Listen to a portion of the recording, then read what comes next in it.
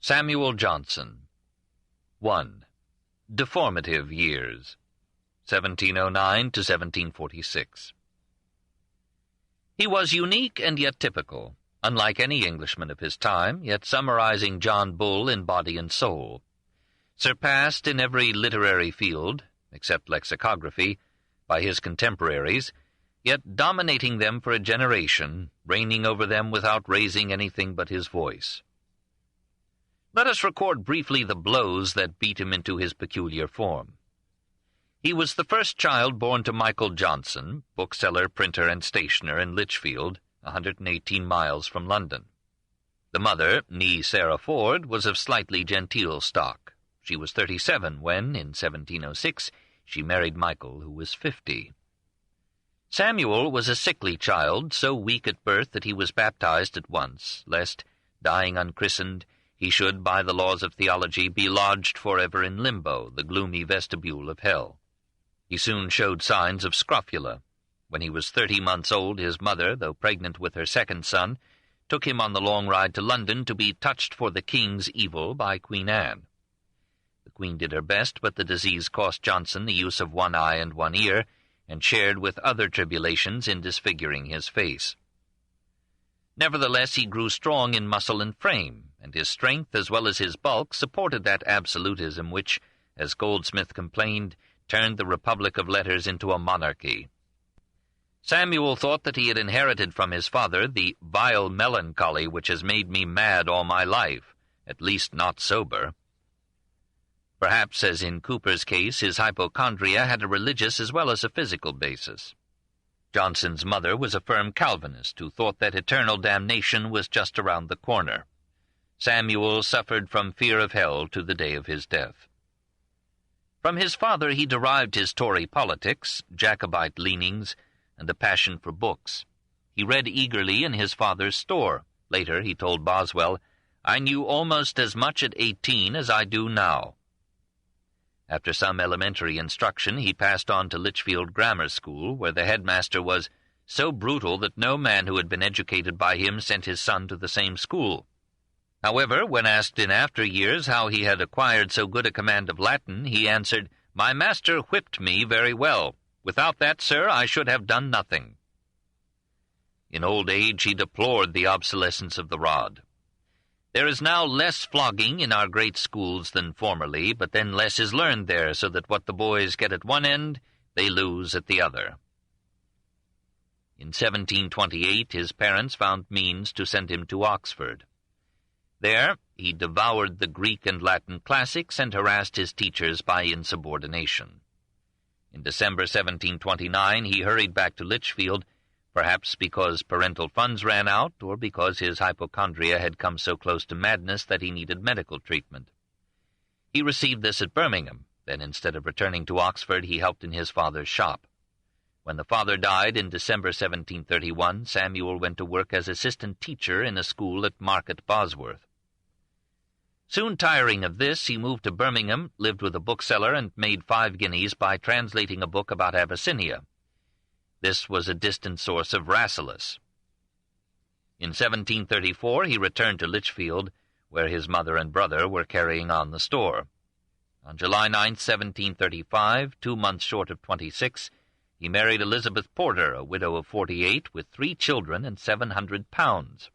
With her money he opened a boarding school at nearby Edial. David Garrick, a Lichfield boy, was one of his pupils, but there were not enough to reconcile him to pedagogy. Authorship was fermenting in him. He wrote a drama, Irene, and sent word to Edward Cave, editor of the Gentleman's Magazine, explaining how that periodical could be improved. On March 2, 1737, he rode off to London with David Garrick and 1 horse to sell his tragedy and carve out a place for himself in the cruel world. His appearance was against him. He was thin and tall, but with a large bony frame that made him a mass of angles. His face was blotched with scrofula, and was frequently agitated by a convulsive twitch. His body was subject to alarming starts. His conversation was illustrated by odd gesticulations. One bookseller to whom he applied for work advised him to get a porter's knot and carry trunks. Apparently he received some encouragement from Cave, for in July he went back to Lichfield and brought his wife to London. He was not without subtlety. When Cave was attacked in the press, Johnson wrote a poem in his defense and sent it to him. Cave published it, gave him literary commissions, and joined Dodsley in issuing, in May 1738, Johnson's London, for which they gave him 10 guineas. The poem frankly imitated Juvenal's third satire, and therefore emphasized the lamentable aspects of the city that the author soon learned to love. It was also an attack upon the administration of Robert Walpole, whom Johnson later described as the best minister this country ever had. The poem was in part the angry blast of a country youth who, after a year in London, was still uncertain of tomorrow's food. Hence the famous line, "Slow rises worth, by poverty depressed." In those days of struggle, Johnson turned his pen to every genre. He wrote Lives of Eminent Persons in 1740, and various articles for the Gentleman's Magazine, including imaginary reports of parliamentary debates. Since reporting of the debates was as yet forbidden, Cave hit on the expedient of pretending that his magazine was merely recording debates in the Senate of Magna Lilliputian. In 1741, Johnson took over this task. For general information as to the course of discussion in Parliament, he composed speeches which he ascribed to characters whose names were anagrams for the main contenders in the House. The debates bore such an air of verisimilitude that many readers took them as verbatim reports, and Johnson had to warn Smollett, who was writing a history of England, not to rely on them as factual. Once, hearing praise of a speech ascribed to Chatham, Johnson remarked, "That speech I wrote in a garret in Exeter Street." When someone commended the impartiality of his reports, he confessed, "I saved appearances tolerably well, but I took care that the Whig dogs should not have the best of it." How was he paid for his work? He once called Cave a penurious paymaster, but he frequently professed affection for his memory. Between August 2nd, 1738, and April 21st, 1739, Cave paid him £49. And in 1744 Johnson estimated £50 a year as undoubtedly more than the necessities of life require. However, Johnson has been traditionally described as living in dire poverty in London in those years. Boswell believed that Johnson and Savage were sometimes in such extreme indigence that they could not pay for a lodging, so that they wandered whole nights in the streets. And Macaulay assumed that those months of penury habituated Johnson to slovenliness of dress and a ravenous greediness in eating. Richard Savage claimed, unconvincingly, to be the son of an earl, but he had become a wastrel when Johnson met him in 1737. They roamed the streets because they loved taverns more than their rooms. Boswell mentions, with all possible respect and delicacy, that Johnson's conduct after he came to London and had associated with Savage and others was not so strictly virtuous in one respect as when he was a younger man. It was well known that his amorous inclinations were uncommonly strong and impetuous. He owned to many of his friends that he used to take women of the town to taverns and hear them relate their history.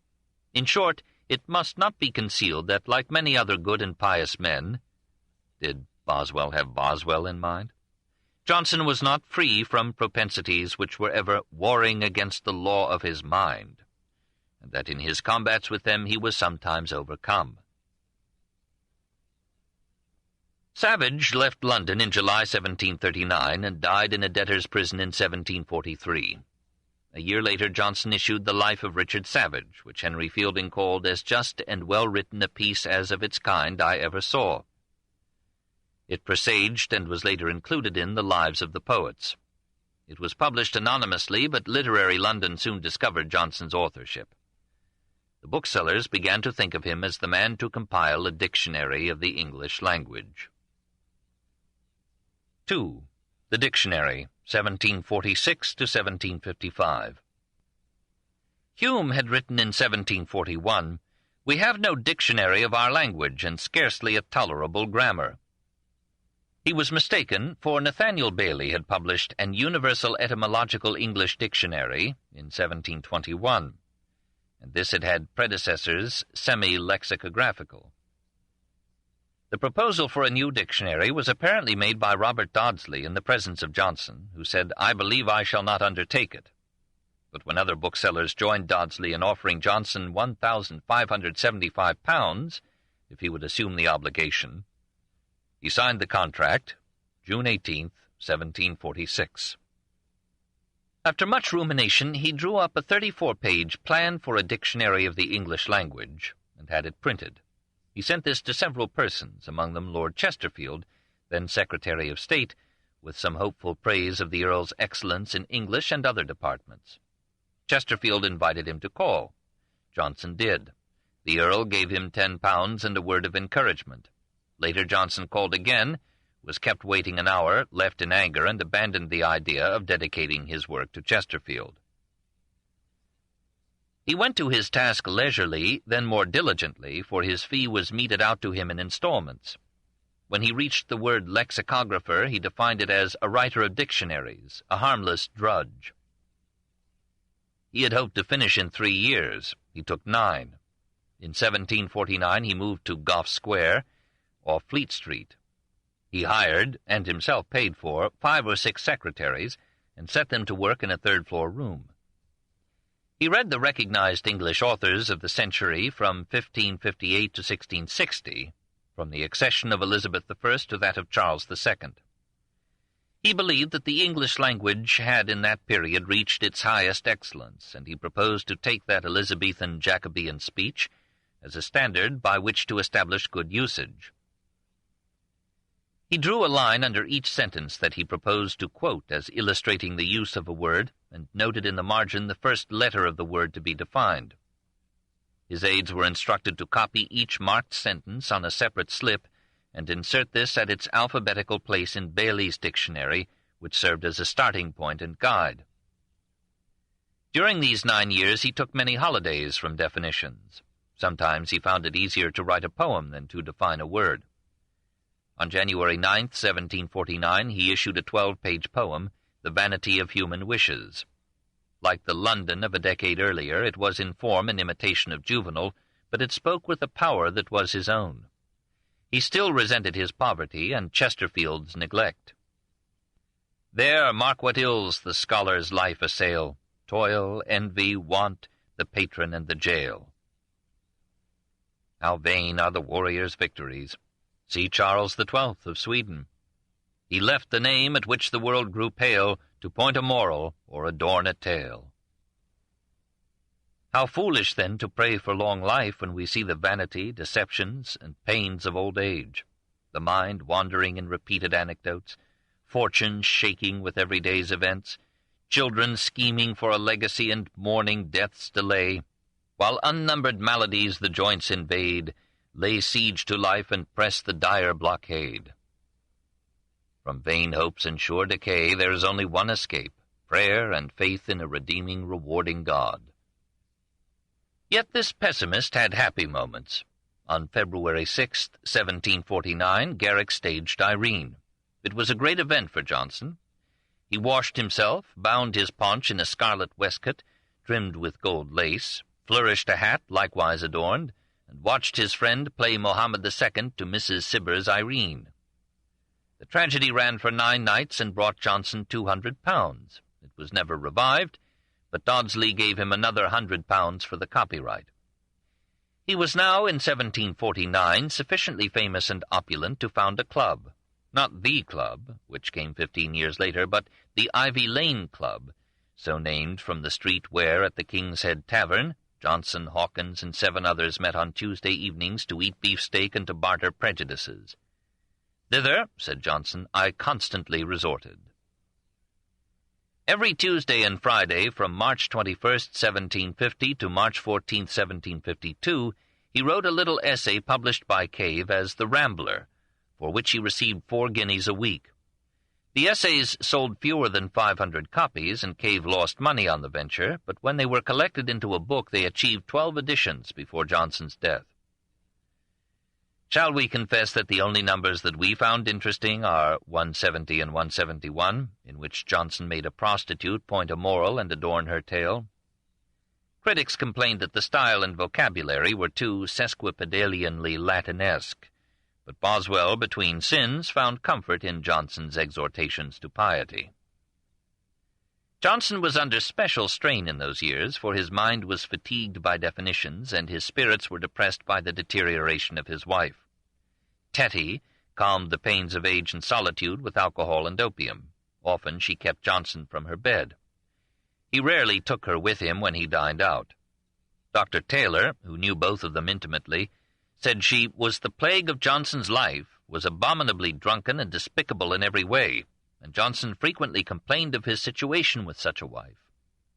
Her death on March 28, 1752, made him forget her faults, and he developed a post-mortem uxoriousness that amused his friends. He extolled her virtues, lamented his loneliness, and hoped she would intercede for him with Christ. He told me, Boswell recalled, that he generally went abroad at 4 in the afternoon and seldom came home till 2 in the morning. His place of frequent resort was the Mitre Tavern in Fleet Street, where he loved to sit up late. To be alone was terror, so Johnson, after his wife's death, took into his Gough Square home in 1752 Anna Williams, a Welsh poetess who was losing her sight. An operation to cure her failed, and she became completely blind. Except for short intervals, she stayed with Johnson till her death in 1783, superintending the household and the kitchen and carving the roast, and judging the fullness of cups with no other guide than her fingers. To care for his more intimate needs, Johnson, in 1753, took a Negro servant, Frank Barber, who remained with him 29 years.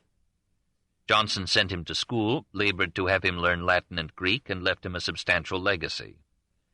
To complete the establishment, Johnson invited a derelict doctor, Robert Levitt, to live with him in 1760. The three formed a quarrelsome ménage, but Johnson was thankful for their company. In January 1755, he sent the final sheets of the dictionary to the printer, who thanked God that he was nearly finished with such a job and such a man.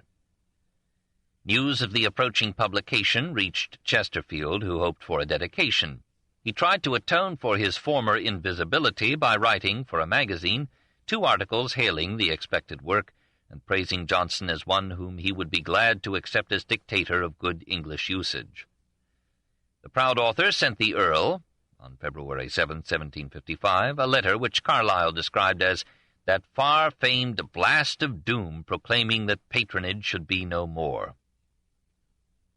My Lord, I have been lately informed by the proprietor of the World that 2 papers in which my dictionary is recommended to the public were written by your lordship. To be so distinguished is an honor, which, being little accustomed to favors from the great, I know not well how to receive, or in what terms to acknowledge.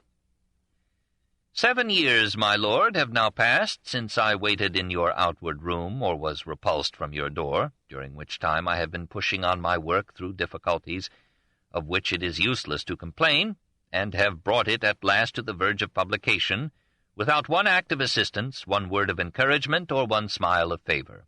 Such treatment I did not expect, for I never had a patron before. Is not a patron, my lord, one who looks with unconcern on a man struggling for life in the water, and when he has reached ground encumbers him with help? The notice which you have been pleased to take of my labors, had it been early, had been kind, but it has been delayed till I am indifferent, and cannot enjoy it, till I am solitary, and cannot impart it, till I am known, and do not want it. I hope it is no more cynical asperity not to confess obligations where no benefit has been received, or to be unwilling that the public should consider me as owing that to a patron which Providence has enabled me to do for myself. Having carried on my work thus far with so little obligation to any favorer of learning, I shall not be disappointed, though I should conclude it, if less be possible, with less. For I have long been wakened from that dream of hope in which I once boasted myself with so much exaltation. My lord, your lordship's most humble, most obedient servant, Samuel Johnson. Chesterfield's only comment on the letter was that it was very well written. And indeed it is a masterpiece of 18th-century prose, quite free from the Latin derivatives that had sometimes clogged and burdened Johnson's style. Its author must have felt and pondered it deeply, for he recited it to Boswell from memory 26 years later. It was not published till after Johnson's death. Presumably his resentment discolored his condemnation of Chesterfield's letters to his son, that They teach the morals of a whore and the manners of a dancing master. Johnson went up to Oxford early in 1755, partly to consult the libraries, but also to suggest to his friend Thomas Warton that it would help float the dictionary if its author could put a degree after his name. Warton managed it, and in March Johnson was made an honorary Master of Arts. So at last the dictionary was published in 2 large folio volumes of almost 2,300 pages, priced at £4.10. In ending the preface, Johnson proclaimed that the English dictionary was written with little assistance of the learned and without any patronage of the great, not in the soft obscurities of retirement or under the shelter of academic bowers, but amid inconvenience and distraction, in sickness and in sorrow, and it may repress the triumph of malignant criticism to observe that if our language is not here fully displayed, I have only failed in an attempt which no human powers have hitherto completed. I have protracted my work till most of those whom I wish to please have sunk into the grave, and success and miscarriage are empty sounds. I therefore dismiss it with frigid tranquillity, having little to fear or hope from censure or praise. The critics could not be expected to realize that Johnson's dictionary marked a crest and watershed in the English literature of the 18th century, as the Encyclopédie, 1751 to 1772, of Diderot and d'Alembert, marked a crest and turning point in the literature of France. Much fun was made of incidental defects in Johnson's work. Among the 40,000 entries there were oddities like gentilicious and sigillate, which are respectfully preserved by Webster. There were angry definitions like that of pension, an allowance made to anyone without an equivalent. In England it is generally understood to mean pay given to a state hireling for treason to his country. Or excise, a hateful tax on commodities.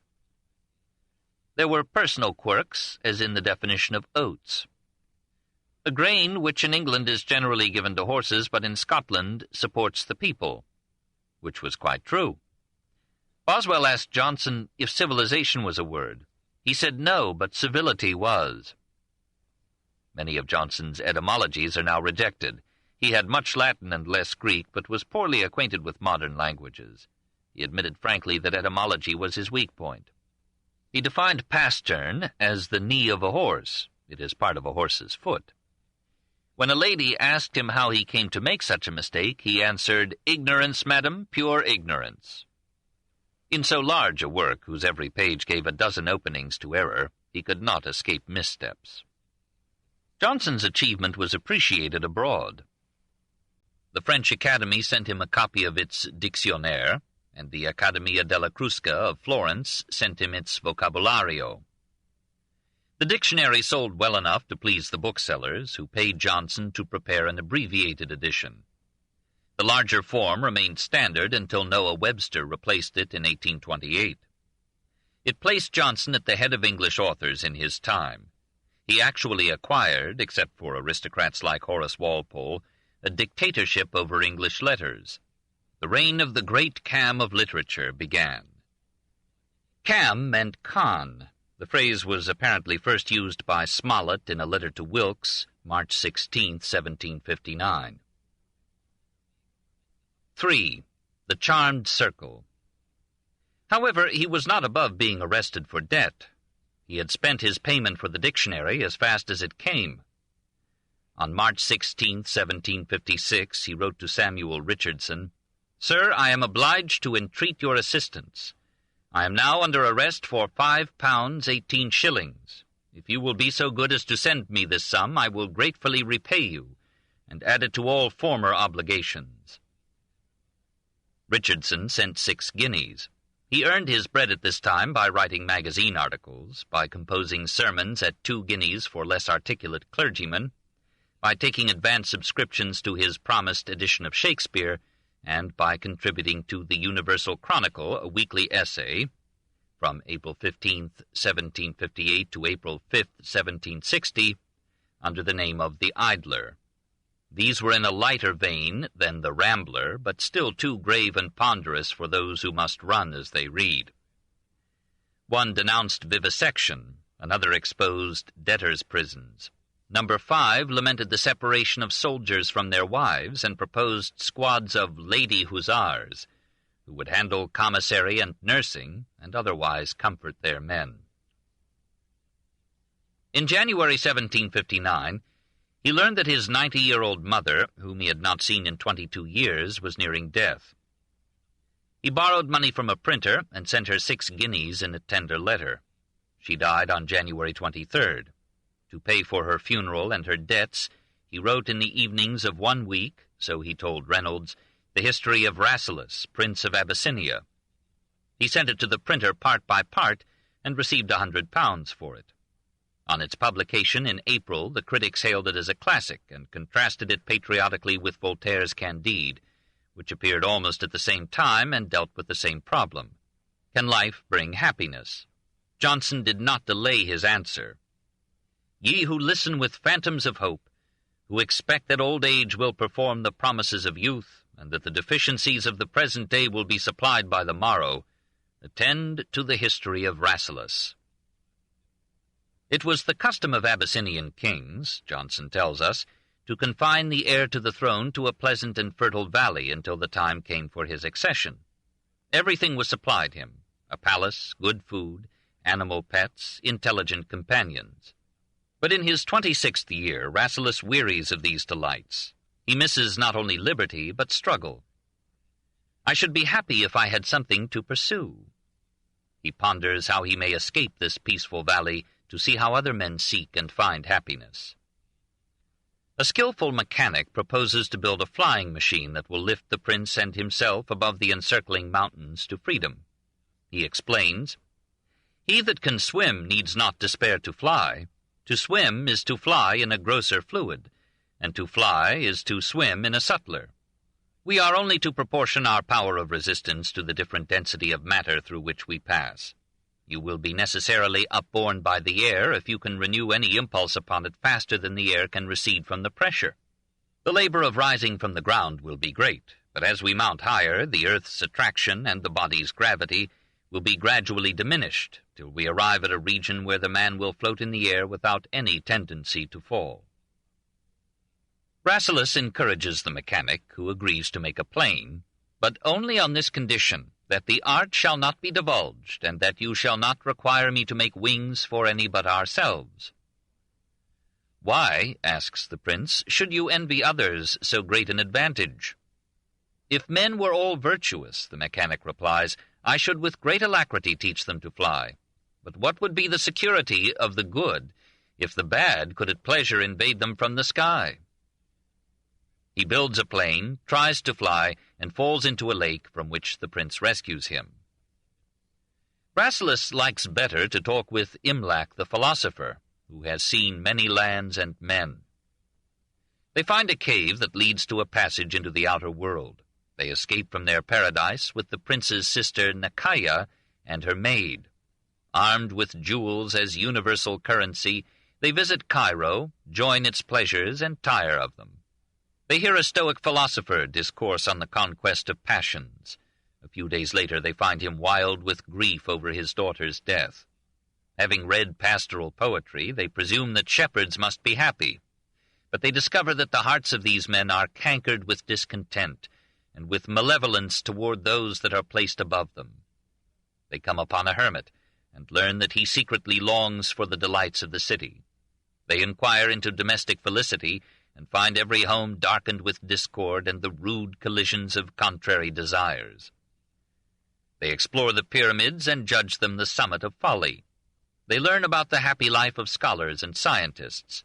They meet a famous astronomer who tells them that integrity without knowledge is weak and useless, and knowledge without integrity is dangerous and dreadful. But the astronomer goes mad. They conclude that no way of life on earth leads to happiness, and Imlac comforts them with a discourse on the immortality of the soul. They resolve to return to Abyssinia and accept the vicissitudes of life calmly in the confidence of a blessed resurrection. It is an old story in one of its finest incarnations. What amazes us is the graceful flow and clarity of the style, far removed from the ponderous vocabulary of Johnson's essays and even of his conversation. It seemed impossible that the learned lexicographer had written this simple tale, and quite incredible that he had turned out these 141 pages in 7 days. Meanwhile, he had moved again from Gough Square to Staple Inn on March 23, 1759. Soon he would move to Gray's Inn, then to Inner Temple Lane. These changes were probably motivated by economy. But in July 1762, Johnson was suddenly lifted into relative affluence by a pension of £300 a year granted him by George III on the advice of Lord Bute. Why this beneficence fell upon a man who had persistently opposed the Hanoverian dynasty, had belabored the Scots at every turn, and had described a pension as pay given to a state hireling for treason to his country, has been the subject of many mystery stories. Johnson's enemies charged him with preferring money to principles, and assumed that Bute was looking for a mighty pen to answer Wilkes, Churchill, and others who were denigrating him with ink. Johnson claimed that he had accepted the pension on the explicit understanding, twice confirmed by Bute, that he would not be asked to write in support of the government. He confided to Boswell that the pleasure of cursing the House of Hanover and drinking King James's health was amply overbalanced by £300 a year. In any case, he earned the pension many times over, not so much by the political tracts of later years, but by enriching English literature with pen and speech, with wisdom and cleansing wit. He had enough friends to afford a scattering of enemies. Friendship, he said, is the cordial drop to make the nauseous draught of life go down. In almost every gathering that he attended, he became the center of conversation, not so much because he forced his way to it, but because he was the most individual personality in the literary circles of London, and could be relied upon to say something whenever he spoke. It was Reynolds who suggested the formation of the Club, which Boswell later called the Literary Club. Johnson seconded the motion, and on April 16, 1764, the new group began its Monday evening meetings at the Turk's Head in Gerrard Street, Soho. The original members were Reynolds, Johnson, Burke, Goldsmith, Christopher Nugent, Topham Beauclerk, Bennet Langton, Anthony Chamier, and Sir John Hawkins. Others were added later by vote of the club: Gibbon, Garrick, Sheridan, Fox, Adam Smith, Dr. Burney, etc. Boswell did not win admission till 1773, partly, it may be, because he was only occasionally in London. During the 21 years between his meeting with Johnson and Johnson's death, he spent no more than 2 years and a few weeks within reach of his idol. The unconcealed warmth of his admiration and Johnson's awareness that Boswell was planning a biography of him made the older man forgive the Scots' almost sycophantic idolatry. A good talker and a good listener make a happy couple. Johnson had no high regard for Boswell's brains. When Bozzy, as he called him, remarked that the wine he had drunk in the course of their conversation had given him a headache, Johnson corrected him. "Nay, sir, it was not the wine that made your headache, but the sense that I put into it." "What, sir?" Boswell exclaimed. "Will sense make the head ache?" "Yes, sir, when it is not used to it." There are passages in the life where Boswell seems to be talking better sense than Johnson. Praising Pope's Dunciad, Johnson noted that it had given some dunces a lasting fame, and continued his fun. "It was worth while being a dunce then. Ah, sir, hadst thou lived in those days." But the aging bear soon learned to like his cub. "There are few people whom I take so much to as you," he told him in 1763. "Boswell," he said, "never left a house without leaving a wish for his return." In 1775, Boswell was given a room in Johnson's lodgings to sleep in when the conversation had kept him late. On March 31, 1772, he wrote in his journal, "I have constant plan to write the life of Mr. Johnson. I have not told him of it yet, nor do I know if I should tell him." But Johnson knew of it by April 1773, if not sooner. Others knew of it, and resented Boswell's way of raising controversial questions with the evident aim of drawing the old master out and getting some new gem for the biography. The inquisitive Scot boasted that the fountain was at times locked up till I opened the spring. The Johnson that we know and relish might never have taken form without the stimulus of Boswell's fond provocation and tireless pursuit. How different is the Johnson that we find in Hawkins's life, or even in the lively anecdotes of Mrs. Thrale. It was in January 1765 that Johnson began with the Thrales, an association that played a larger part in his life than his friendship for Boswell. Henry Thrale was a brewer, son of a brewer. He had received a good education, had travelled, and was to certify his status by being elected to Parliament. In 1763 he married Hester Lynch Salisbury, a Welsh girl only 5 feet tall, but vivacious and intelligent. Henry, 12 years her senior, absorbed himself in his business, but attended to his wife sufficiently to make her pregnant annually between 1764 and 1778, and to convey to her his venereal infection. She bore him 12 children, of whom 8 died in infancy. She solaced herself with literature, and when her husband brought home with him the famous Samuel Johnson, she used all her feminine arts and graces to attach him to the family. Soon he was dining with the Thrales every Thursday in their Southwark home, and from 1766 onward he usually spent the summer with them in their country villa at Streatham, in Surrey. With Johnson as a centre, Mrs. Thrale made her home a salon, to which came Reynolds, Goldsmith, Garrick, Burke, the Burneys, and finally, and jealously, Boswell, for he learned that Mrs. Thrale was gathering notes about her lion's looks and ways and words. So the life was to have a rival. 4. Ursus Major. What was the Great Bear like? Boswell, after their first meeting in 1763, wrote, "Mr. Johnson is a man of a most dreadful appearance, a very big man, troubled with sore eyes, the palsy, a nervous tic, and the king's evil. He is very slovenly in his dress, and speaks with a most uncouth voice." Mrs. Thrale described him in his later years. His stature was remarkably high, and his limbs exceedingly large. His features strongly marked, his countenance particularly rugged. His sight was near and otherwise imperfect, yet his eyes were so wild, so piercing, and at times so fierce, that fear was, I believe, the first emotion in the eyes of all his beholders. He deplored as a waste of time the hours spent in sitting for a portrait. However, he did this 10 times for Reynolds and once for a bust by Nollekens. In 1756, Sir Joshua showed him as already stout and indolent. In 1770, he painted him in profile and made him look like Goldsmith. In 1772, the most famous of the portraits delivered him to posterity as a man of ungainly bulk, enormous wig, large full face, lowering brows over puzzled eyes, massive nose, thick lips, and double chin. His wig was repeatedly dislodged by convulsive movements of his head, shoulders, and hands. He was careless in his dress. "Fine clothes," he told Boswell, "are good only as they supply the want of other means of procuring respect." Not until he became a guest of the Thrales did he bother much about personal hygiene.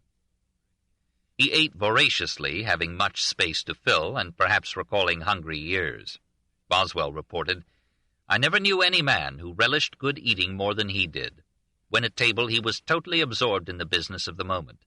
His looks seemed riveted to his plate, nor would he, unless when in very high company, say one word or pay the least attention to what was said by others, till he had satisfied his appetite, which was so fierce that the veins of his forehead swelled, and generally a strong perspiration was visible. He ate fish with his fingers, because I am short-sighted and afraid of bones. He could hardly bear the sight of vegetables. In his heartier days he loved to exhilarate himself with wine, but was never intoxicated but once. When Mrs. Williams denounced drunkenness, saying, "I wonder what pleasure men can take in making beasts of themselves," Johnson retorted, "I wonder, madam, that you have not penetration enough to see the strong inducement to this excess. For he who makes a beast of himself gets rid of the pain of being a man." But drinking, he said, does not improve conversation. It alters the mind, so that you are pleased with any conversation. In later life he shunned all liquor, and contented himself with chocolate, lemonade, and countless cups of tea. He never smoked. It is a shocking thing, blowing smoke out of our mouths into other people's mouths, eyes, and noses, and having the same thing done to us.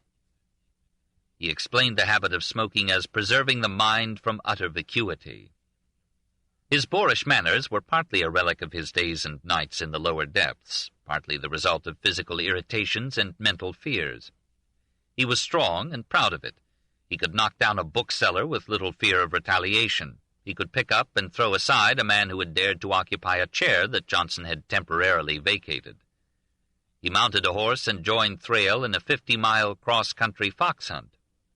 But he had difficulty in carrying his own weight. When he walked the streets, what with the constant roll of his head and the concomitant motion of his body, he appeared to make his way by that motion, independent of his feet. When he rode, he had no command or direction of his horse, but was carried as if in a balloon. He suffered, after 1776, from asthma, gout, and dropsy. These and other physical difficulties must have intensified his melancholy, which at times so depressed him that I would consent to have a limb amputated to recover my spirits. He would not believe that any man was happy. Of one who claimed to be so, he said, "It is all cant. The dog knows he is miserable all the time." A physician having told him that hypochondria sometimes led to insanity, Johnson feared that he would go insane. "Of the uncertainties of our present state," he made Imlac say in Rasselas, "the most dreadful and alarming is the uncertain continuance of reason." Being nearsighted, he found little pleasure in the beauty of women, nature, or art. He thought sculpture was overrated. "The value of statuary is owing to its difficulty. You would not value the finest head cut upon a carrot." He tried to learn some musical instrument, "but I never made out a tune." "Pray, sir," he asked, "who is this Bach? Is he a piper?" referring to Johann Christian Bach, then, in 1771, the most famous pianist in England. He felt that music was being spoiled by digital acrobatics. Hearing a violinist praised because the feats he performed were so difficult, Johnson exclaimed, "Difficult? I wish it had been impossible." So vigorous a man must have found it troublesome to deal with the sexual fancies that agitate even the normal mind. When he attended the premiere of Irene and was brought by Garrick into the green room where the players waited between scenes, he rejected a suggestion that he repeat this visit. "No, David, I will never come back, for the white bubbies and the silk stockings of your actresses excite my genitals." Boswell was astonished to hear him say, one day in the Hebrides, "I have often thought that if I kept a seraglio—" In general, his faults were more obvious than his virtues, which were quite as real. We might justly invert Horace Walpole's comment that though he was good-natured at bottom, he was very ill-natured at top. Goldsmith said the same thing more graciously. "Johnson has a roughness in his manner, but no man alive has a more tender heart. He has nothing of the bear but the skin."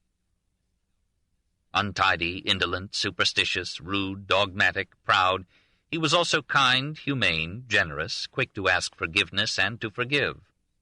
Mrs. Thrale reckoned that Johnson gave away £200 of his £300 pension, and she added, "He nursed whole nests of people in his house. Commonly spending the middle of the week at our house, he kept his numerous family in Fleet Street upon a settled allowance, but returned to them every Saturday to give them 3 good dinners and his company before he came back to us on the Monday night, treating them with the same or perhaps more ceremonious civility than he would have done by as many people of fashion. He wrote prefaces, dedications, sermons, even legal opinions for others, often gratis. He labored by word and pen to save Dr. William Dodd from the gallows. Seeing a prostitute lying in the street, he, then 75, took her on his back, carried her to his rooms, cared for her till she was well, and endeavored to put her in a virtuous way of living. George Steevens, who collaborated with him in editing Shakespeare, said, "Could the many bounties he studiously concealed, the many acts of humanity he performed in private, be displayed with equal circumstantiality as his frailties, his defects would be so far lost in the blaze of his virtues that the latter only would be regarded." In the last 19 years of his life, he wrote only one substantial book, Lives of the Poets. Otherwise, he substituted the tongue for the pen. He described himself as a man who loves to fold his legs and have out his talk. If we leave eating aside, he lived most when he was talking to an intelligent company. He had gathered, by observation and reading, an extraordinary fund and range of knowledge about human affairs. He carried much of it in his lumber room of memory, and he welcomed a chance to unburden himself. Yet he seldom initiated any serious discussion. He spoke up only when someone raised a subject or a challenge. He was always tempted to oppose what another had said. He was ready to defend any proposition or its opposite. He relished debate, knowing himself invincible, and he was resolved to win the argument, even if truth should perish beneath his blows. He knew that this was not the finest kind of conversation, but he was sure that it was the most interesting. In the heat and zest of the conflict, he found little place for courtesy.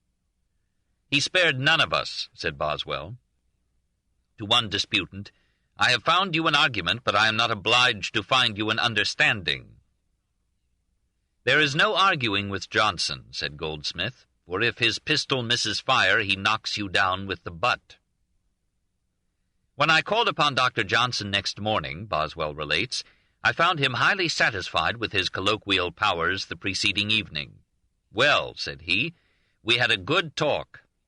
Boswell, 'Yes, sir, you tossed and gored several persons.' Thomas Sheridan called him a bully, and Gibbon called him a bigot. Lord Monboddo called him the most invidious and malignant man I have ever known, who praised no author or book that other people praised. He praised Fanny Burney's Evelina, and could not with any patience hear any other person draw the attention of the company for ever so short a time." Horace Walpole, secure in his sinecures, shuddered at thought of him, and summed him up as seen by the son of a Whig prime minister.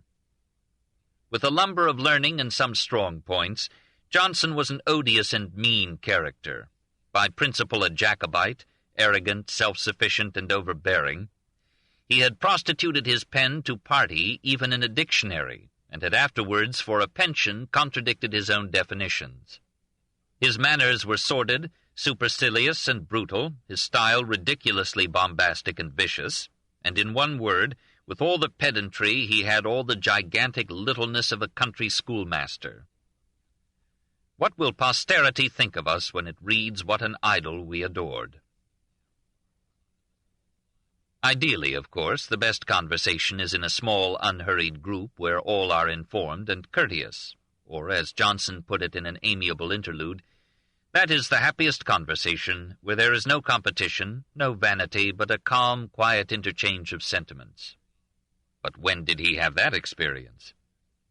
"Treating your adversary with respect," he told Boswell, presumably with a twinkle in his eye, "is giving him an advantage to which he is not entitled. We who never felt his butt forgive him all those blows and insults and prejudices, because his wit and humor and penetration, his preference of realities to pretenses, of candor to cant, and his capacity for concentrating wisdom in a phrase, make him one of the most dominating characters in English history." 5. The conservative mind. Shall we give him the floor? He had something interesting to say on almost everything under the sun. He thought life a misfortune, which no one would want to repeat, and which most people supported with impatience and quitted with reluctance. When Lady Macleod asked him if no man was naturally good, he answered, "No, madam, no more than a wolf." Men are evidently so corrupt that all the laws of heaven and earth are insufficient to restrain them from crimes. Men hate more sturdily than they love, and if I have said something to hurt a man once, I shall not get the better of this by saying many things to please him. He did not often discuss economics. He denounced the exploitation of colonial peoples, and strongly condemned slavery. Once, at Oxford, he astonished some professors by proposing a toast to the insurrection of the Negroes in the West Indies. However, he thought that raising the wages of day laborers is wrong, for it does not make them live better, but, said the idler, only makes them idler, and idleness is a very bad thing for human nature. Like Blackstone, he upheld the sanctity of property rights, and like his antipodes, Voltaire, he defended luxury as giving work to the poor instead of corroding them with charity. He anticipated Adam Smith in advocating free enterprise, but the multiplication of merchants irritated him. "I am afraid the increase of commerce and the incessant struggle for riches which commerce excites gives no prospect of an end speedily to be expected of artifice and fraud. violence gives way to cunning. He made no pretense of despising money, having suffered from its lack, and he thought that no man but a blockhead ever wrote except for money, which underestimated vanity. He felt, recall the lines he added to Goldsmith's Traveller, that we exaggerate the importance of politics. I would not give half a crown to live under one form of government rather than another. Hence, most schemes of political improvement are very laughable things. Yet he had been hot against the Whig dogs, and it took a pension to reconcile him to the Hanoverians. He called patriotism the last refuge of a scoundrel, but he defended with patriotic warmth the right of Britain to the Falkland Islands in 1771, and he had an almost chauvinistic scorn of the Scots and the French. He quite anticipated, in 1763, Burke's apologia for conservatism. Human experience, which is constantly contradicting theory, is the great test of truth. A system built on the discoveries of a great many minds is always of more strength than what is produced by the mere workings of any one mind. After 1762, he was quite content with the status quo. He praised the British government as approaching nearer to perfection than anything that experience has shown us or history related. He admired aristocracy and class distinctions and privileges as necessary for social order and prudent legislation. I am a friend to subordination. It is most conducive to the happiness of society. Submission is the duty of the ignorant, and content the virtue of the poor. He mourned, like every generation, that subordination is sadly broken down in this age. No man now has the same authority which his father had, except a jailer. No master has it over his servants. It is diminished in our colleges, nay, in our grammar schools. There are many causes, the chief of which is, I think, the great increase of money. Gold and silver destroy feudal subordination. But besides, there is a general relaxation of reverence. No son now depends upon his father as in former times. My hope is that as anarchy produces tyranny, this extreme relaxation will produce freni strictio, a tightening of the reins. Contemplating the London populace, Johnson judged that democracy would be a disaster. He laughed at liberty and equality as impracticable shibboleths. So far is it from being true that men are naturally equal that no two people can be half an hour together but one shall acquire an evident superiority over the other. In 1770 he wrote a pamphlet, The False Alarm, condemning radicalism and justifying the exclusion of Wilkes from Parliament. In another pamphlet, The Patriot, from 1774, Johnson renewed his attack on Wilkes and moved on to what Boswell called an attempt to reduce our fellow subjects in America to unconditional submission. In earlier writings, Johnson had spoken with occasional impartiality on the American colonies. These had been snatched upon no very just principles of policy, largely because other European states were snatching too much, and England wished to protect herself from a France and a Spain made dangerously strong by absorbing America.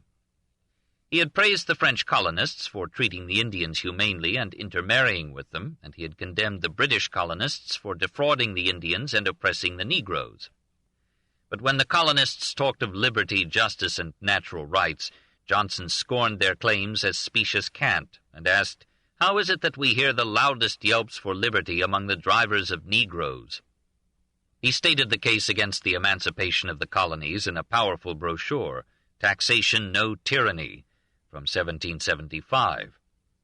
This was apparently written at the request of the ministry, for Johnson complained, says Boswell, that his pension had been given him as a literary character, and now he had been applied by the administration to write political pamphlets.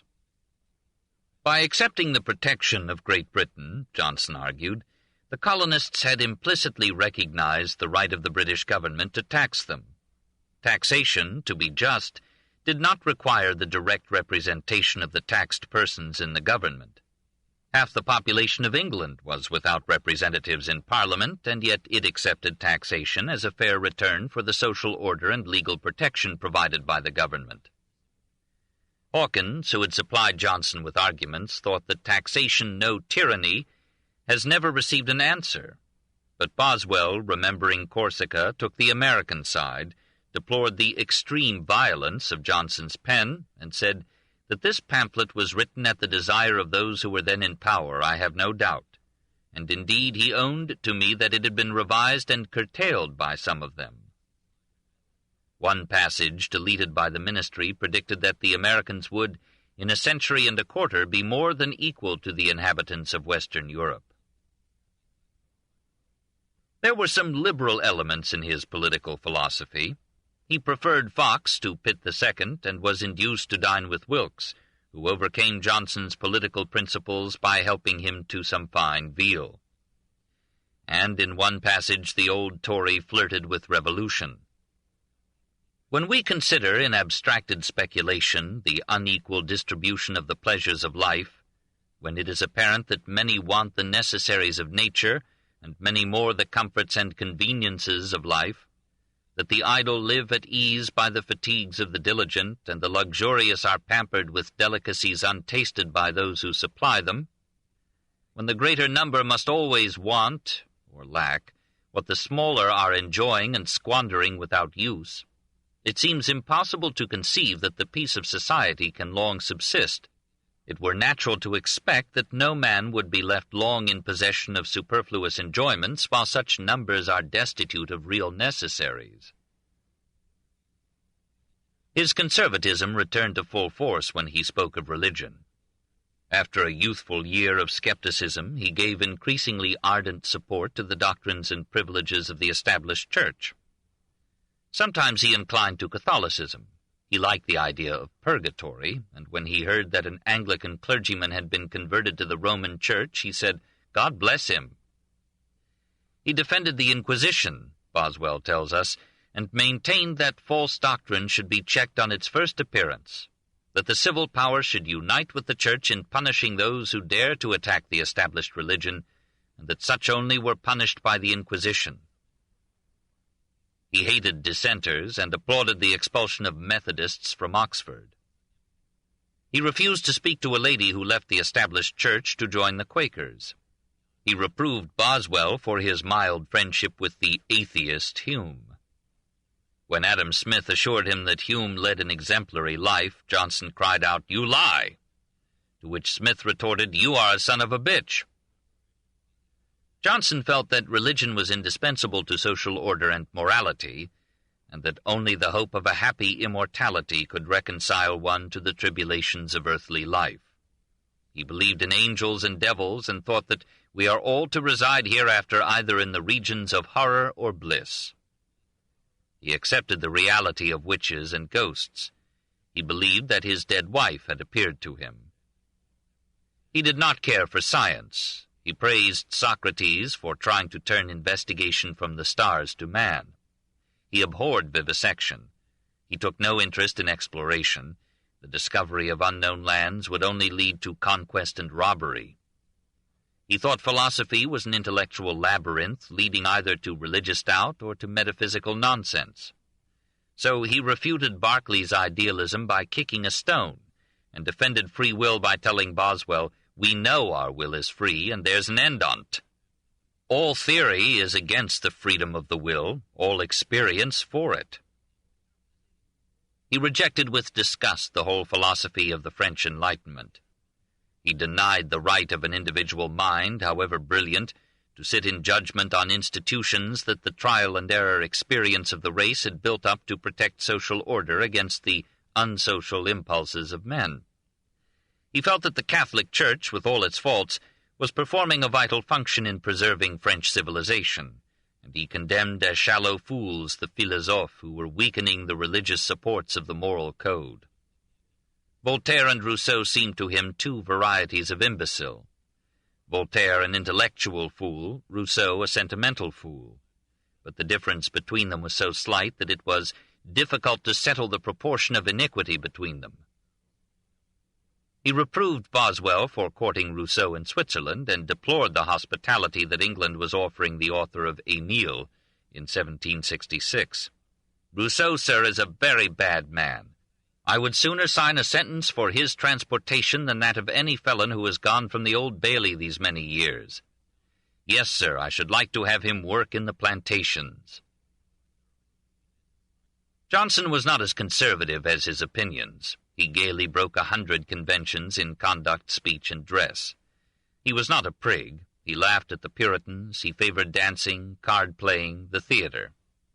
However, he condemned Fielding's Tom Jones and was shocked to hear that prim Hannah More had read it.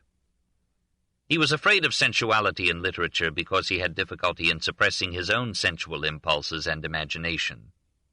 One would have supposed from his doctrines that he had not enjoyed life, but we can see in Boswell that he relished the full tide of human existence. He pronounced life painful and worthless, but like most of us, he prolonged it as much as he could, and faced with angry reluctance his declining years. 6. Autumn, 1763 to 1780. In 1765 he moved from the Inner Temple to a 3-story house at No. 7 Johnson's Court in Fleet Street. It was named after an earlier resident. There Boswell found him on returning from the Continent. In July he was given the honorary degree of Doctor of Laws by the University of Dublin. Now for the first time he was Dr. Johnson, but he never attached the title to his name. In October 1765 he issued in 8 volumes his edition of Shakespeare, 8 years later than he had promised it to his subscribers. He dared to point out faults, absurdities, and childish verbal conceits in the Bard. He censured him for having no moral purpose. He thought that Shakespeare had left perhaps not one play which, if it were now exhibited as the work of a contemporary writer, would be heard to the conclusion. But he praised the poet for subordinating the love interest in the greater dramas, and for making his protagonists not heroes but men. And he vigorously defended, against Voltaire, Shakespeare's neglect of the unities of time and place. Critics challenged many of his comments and corrections. The edition was superseded by Edmund Malone's in 1790, but Malone acknowledged that his own edition was based on Johnson's, and he overvalued Johnson's preface as perhaps the finest composition in our language. In 1767, while visiting Buckingham Palace, Johnson came upon George III. They exchanged compliments. Meanwhile, the friendship with Boswell warmed to such a degree that in 1773 Johnson accepted his admirer's invitation to join him in a tour of the Hebrides. It was a brave undertaking for a man of 64. It began with a long and arduous stagecoach ride from London to Edinburgh. There he met Robertson, but refused to meet Hume. On August 18th, he and Boswell and a servant started north in a post-chaise along the east coast to Aberdeen. Thence they struck across the rugged highlands through Banff to Inverness, and then mostly on horseback through Annoch to Glenelg on the west coast. There they took a boat to the island of Skye, which they toured rather thoroughly from September 2nd to October 3rd. They encountered many hardships, which Johnson took with glum courage. He slept upon hay in barns, evaded vermin, clambered over rocks, and rode with precarious dignity on ponies hardly larger than himself. At one stop a lady of the MacDonald clan sat on his knee and kissed him. "Do it again," he said, "and let us see who will tire first." On October 3rd, the party left by open boat for a 40-mile ride to the island of Call, and thence to the island of Mull. They crossed back to the mainland on October 22nd, and then traveled through Argyllshire via Dumbarton and Glasgow to Auchinleck on November 2nd. There Johnson met Boswell's father, who entertained him honorably, though lamenting his anti-Scot prejudices. They had a debate so violent that Boswell refused to record it. Boswell Sr. afterward dubbed Johnson Ursa Major, which the son gracefully interpreted as meaning not Great Bear, but a constellation of genius and learning. The travelers reached Edinburgh November 9th, 83 days after leaving it. Looking back upon their hardships, they heartily laughed at the ravings of those absurd visionaries who have attempted to persuade us of the specious advantages of a state of nature. Johnson left Edinburgh November 22nd and reached London on the 26th. In 1775 he published A Journey to the Western Islands of Scotland. It was not as racy as even the Bowdlerized account that Boswell issued in 1785 as a journal of a tour to the Hebrides with Samuel Johnson, for philosophy is less interesting than biography, but some passages have a placid beauty that reveal Johnson again as a master of English prose. On April 1st, 1775, Oxford finally came around to giving Johnson the honorary degree of Doctor of Civil Law. In March 1776, he moved for the last time to No. 8 Bolt Court, taking his motley family with him. In a strange mood of exuberance, he wrote to the Lord Chamberlain on April 11, 1776, asking for an apartment in Hampton Court Palace. "I hope that to a man who has had the honor of vindicating His Majesty's government, a retreat in one of his houses may not be improperly or unworthily allowed." The Lord Chamberlain regretted that there was a surfeit of applicants. One more achievement remained. 40 London booksellers joined in preparing a many-volumed edition of the English poets, and asked Johnson to introduce each poet with a biography. They let him name his terms. He required £200.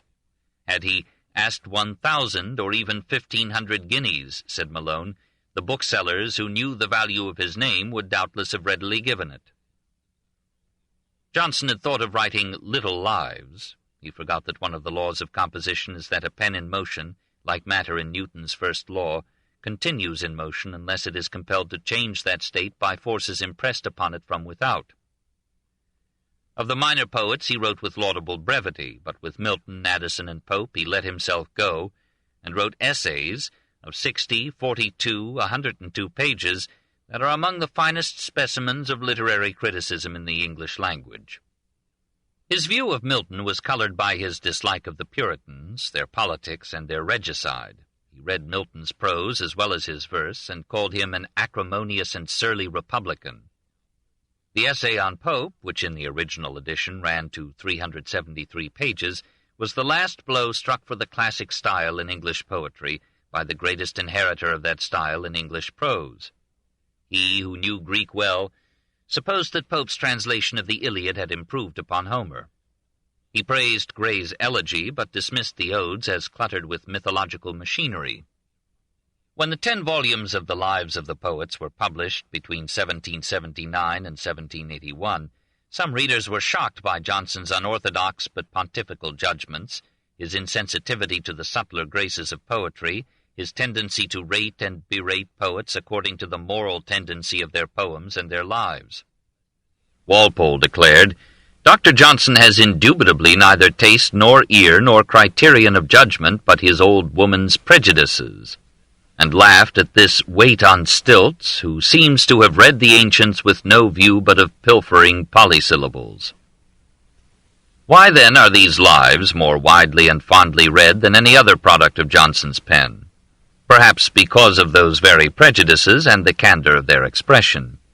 He made literary criticism a living force, and almost raised the dead with his chastisements. 7. Release, 1781 to 1784. There is a secret pride in surviving our contemporaries, but we are punished with loneliness. The death of Henry Thrale on April 4, 1781, was the beginning of the end for Johnson. He served as one of 4 executors of the brewer's will, but thereafter his visits to the Thrale family lessened. Long before her husband's death, Mrs. Thrale had begun to weary of the strains put upon her by Johnson's need for attentions and attentive ears. Thrale had kept his captive bear in reasonably good behavior, but, the widow complained, when there was nobody to restrain his, Johnson's, dislikes, it was extremely difficult to find anybody with whom he could converse without living always on the verge of a quarrel. Such accidents occurred too often, and I was forced to retire to Bath, where I knew Mr. Johnson would not follow me. The Morning Post made matters worse by announcing that a treaty of marriage between Johnson and Mrs. Thrale was on tap. Boswell composed a burlesque ode by Samuel Johnson to Mrs. Thrale upon their supposed approaching nuptials. But in 1782 Johnson was 73, and Mrs. Thrale was 41. It was not of her own will that she had married Thrale.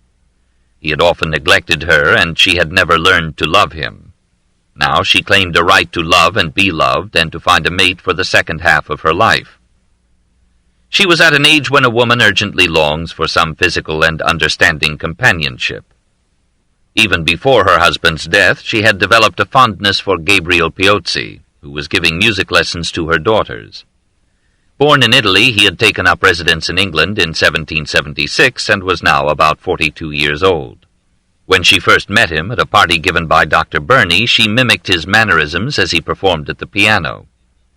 But his elegant manners, his amiable temper, and his musical accomplishments made him a relieving contrast to Johnson. Now that she was free, she abandoned herself to romance. She confessed to her 4 surviving daughters her desire for remarriage. They were alarmed. Remarriage would affect their financial expectations. Marriage to a musician, worse yet, a Roman Catholic, would hurt their social standing. They pleaded with their mother to reconsider. She tried and failed. Piozzi behaved like a gentleman. He went off to Italy in April 1783 and stayed away almost a year. When he returned in March 1784 and found Mrs. Thrale still eager, he yielded. The daughters refused their consent and moved to Brighton. On June 30th, Mrs. Thrale sent Johnson an announcement that she and Piozzi were to be married. He replied on July 2nd, 1784, "Madam, if I interpret your letter aright, you are ignominiously married. If it is yet undone, let us once more talk together. If you have abandoned your children and your religion, God forgive your wickedness. If you have forfeited your fame," meaning reputation, "and your country, may your folly do no further mischief. If the last act is yet to do, I, who have loved you, esteemed you, reverenced you, and served you, I, who long thought you the first of womankind, entreat that before your fate is irrevocable, I may once more see you. I once was, madam, most truly yours, Samuel Johnson." Mrs. Thrale resented the word ignominious as a slur on her fiancé. She answered Johnson on July 4th, "Till you have changed your opinion of Mr. Piozzi, let us converse no more." She married Piozzi on July 23rd. All London agreed with Johnson in condemning her. On November 11th, Johnson told Fanny Burney, "I never speak of her, and I desire never to hear of her more." These events must have taken a toll of Johnson's failing vitality. He found it increasingly difficult to sleep and resorted to opium to ease his pains and quiet his nerves. On January 16, 1782, his doctor in ordinary, Robert Levitt, died. Whose turn would it be next? Johnson had always feared death. Now this and his belief in hell made his final years a mixture of heavy dinners and theological terrors. "I am afraid I may be one of those who shall be damned," he told Dr. William Adams, master of Pembroke College. And when Adams asked what he meant by damned, he cried out, "Sent to hell, sir, and punished everlastingly." Boswell could not help contrasting the calm with which the unbelieving Hume had approached his end. On June 17, 1783, Johnson suffered a mild stroke. "A confusion and indirectness in my head, which lasted, I suppose, half a minute. My speech was taken from me. I had no pain." A week later, he was well enough to dine at the club, and in July he astonished his intimates by making excursions to Rochester and Salisbury. "What a man am I," he exclaimed to Hawkins, "who have got the better of 3 diseases, the palsy, the gout, and the asthma, and can now enjoy the conversation of my friends." But on September 6th, Mrs. Williams died, and his loneliness became intolerable. Finding the club insufficient, for several of the old members, Goldsmith, Garrick, Beauclerk, were dead, and some of the new ones were distasteful to him, he founded in December 1783 the Evening Club, which met in an alehouse in Essex Street. There any decent person, by paying 3d, might come in and hear him talk 3 nights a week. He invited Reynolds to join. Sir Joshua refused. Hawkins and others thought the new club a degradation of those powers which had given delight to more august persons. On June 3rd, 1784, he was well enough to journey with Boswell to Lichfield and Oxford.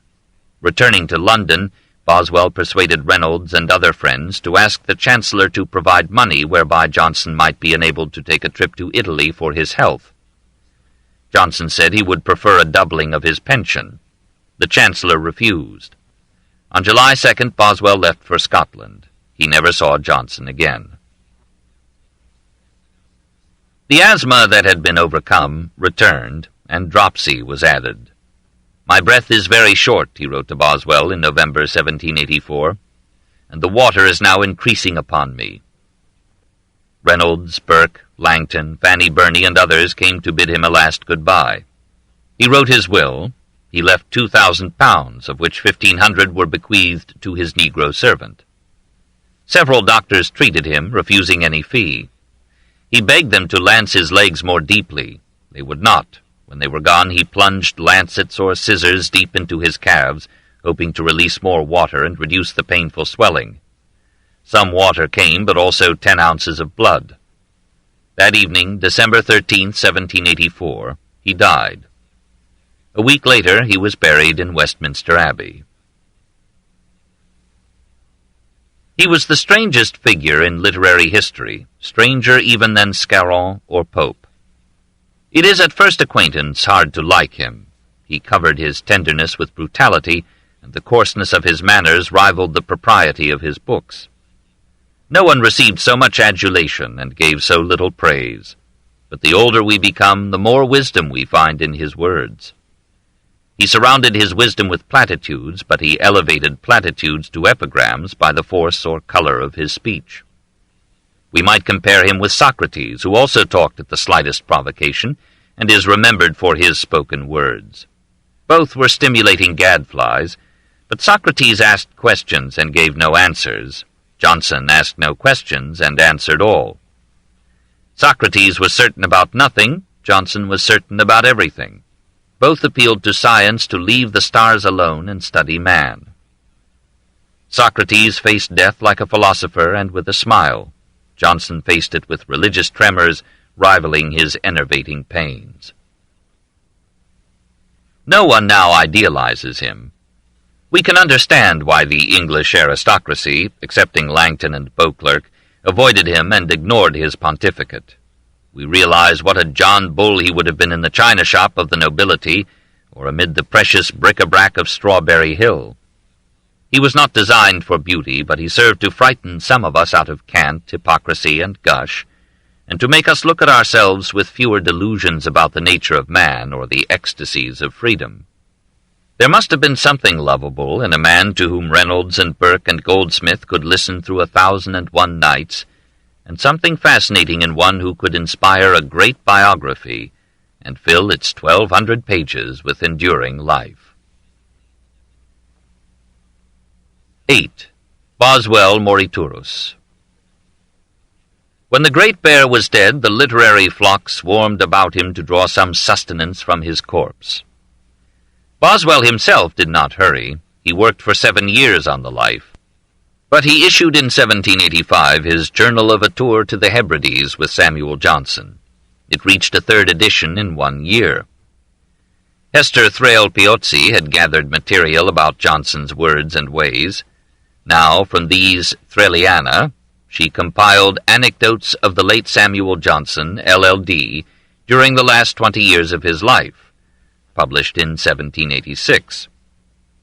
The little book presented a less amiable picture of her guest than she had drawn day by day in her diary. Doubtless the final letters of Johnson had left a lasting wound. Next in the arena, barring a dozen entries now forgotten, was The Life of Samuel Johnson, published in 5 sumptuous volumes by Sir John Hawkins in 1787. Hawkins had had sufficient success as an attorney to be knighted in 1772, and sufficient learning to write a good history of music in 1776. He joined with Johnson in organizing the Ivy Lane Club in 1749 and was one of the original members of the club. He left this after an argument with Burke, which caused Johnson to dub him an unclubbable man. But Johnson remained his friend, often sought his advice, and appointed him one of the executors of his will. Soon after Johnson's death, a group of booksellers asked Hawkins to edit an edition of the doctor's works, and to introduce it with a biography. This was criticized as revealing Johnson's faults without mercy, and Boswell later questioned its accuracy. But the charges against it cannot be sustained in a fair hearing. Nearly all the faults ascribed to Johnson by Hawkins were noted by other contemporaries. Mrs. Piazzi returned to the feast with letters to and from the late Samuel Johnson in 1788. All fascinating, for Johnson's letters, except the last one to his lost lady, were far more humane than his speech. Meanwhile, Boswell was laboring patiently between lawsuits and carouses on what he was resolved to make an incomparable biography.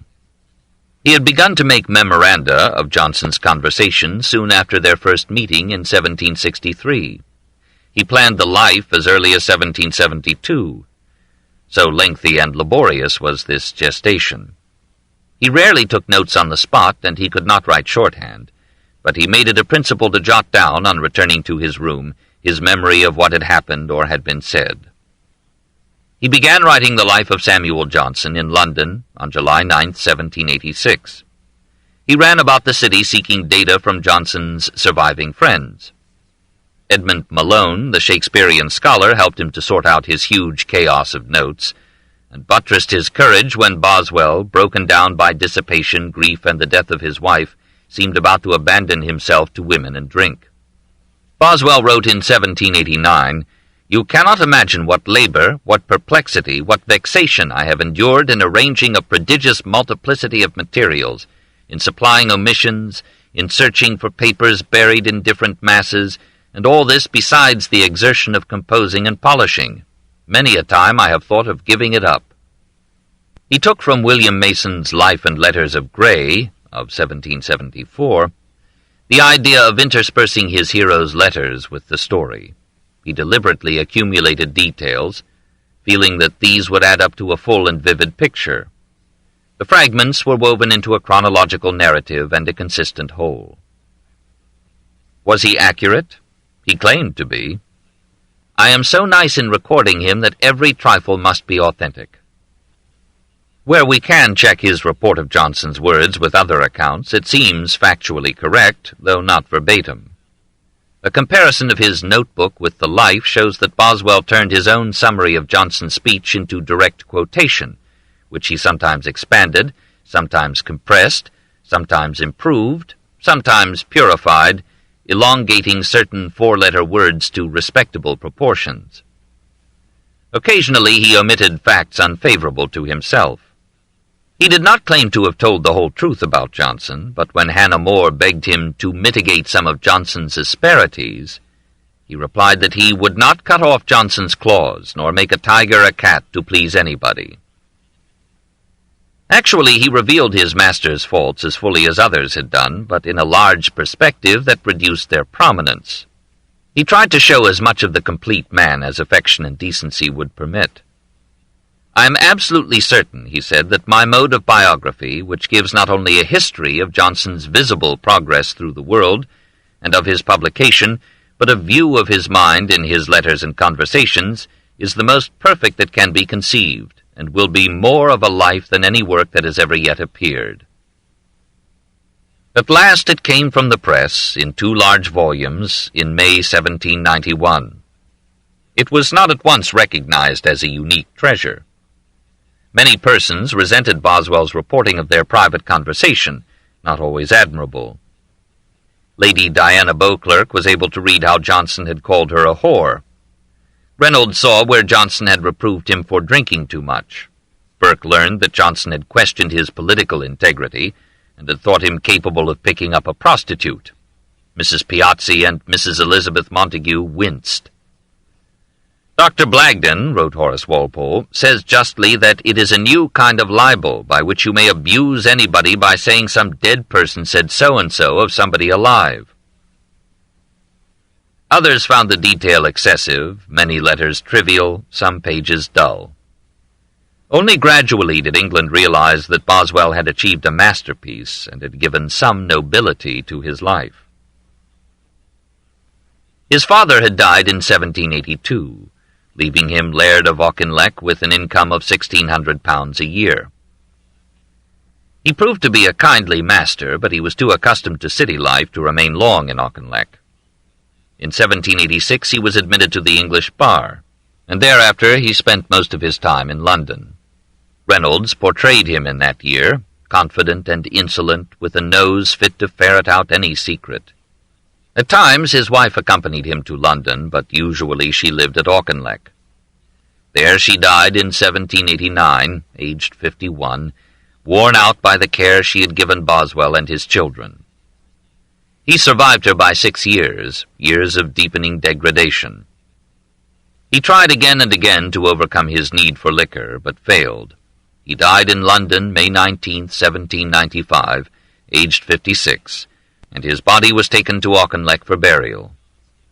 His sins are at present in the public mind, but we shall forget them when we read again the greatest of all biographies.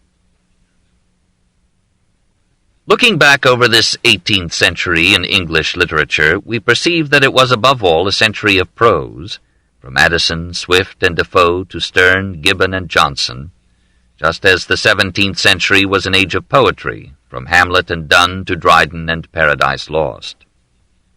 The rise of science and philosophy, the decline of religion and mystery, the revival of classic unities and restraints had chilled the warmth and clogged the flow of imagination and aspiration. And the triumph of reason was the defeat of poetry, in France as well as in England. Nevertheless, the vitality and versatility of England's prose literature in the 18th century amply compensated for the frigid formality prevailing in its verse. Through Richardson and Fielding, the novel, which had been, before them, an episodic concatenation of picaresque adventures, became a description and criticism of life, a study of manners, morals, and character, more illuminating than the records of the historians who lost the people in the state. And what literary influence could equal, in that age, the effect of Richardson on Prévost, Rousseau, Diderot, and Goethe?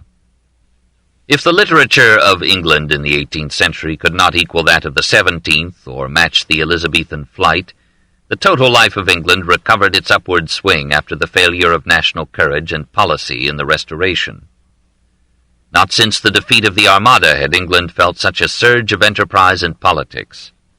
The years from the rise of Chatham to the death of his son saw the Industrial Revolution put England far ahead of its rivals in economic inventiveness and power, and saw the English Parliament conquering continents while checking its kings. Now the immense British Empire was built. Now the halls of the House of Commons rang with such eloquence as Europe had not heard since Cicero. Now, while France bankrupted itself to free America and decapitated itself to realize its dreams, England brought all its resources of mind and will to evolve without revolution and enter the 19th century in economy and statesmanship, victorious and supreme.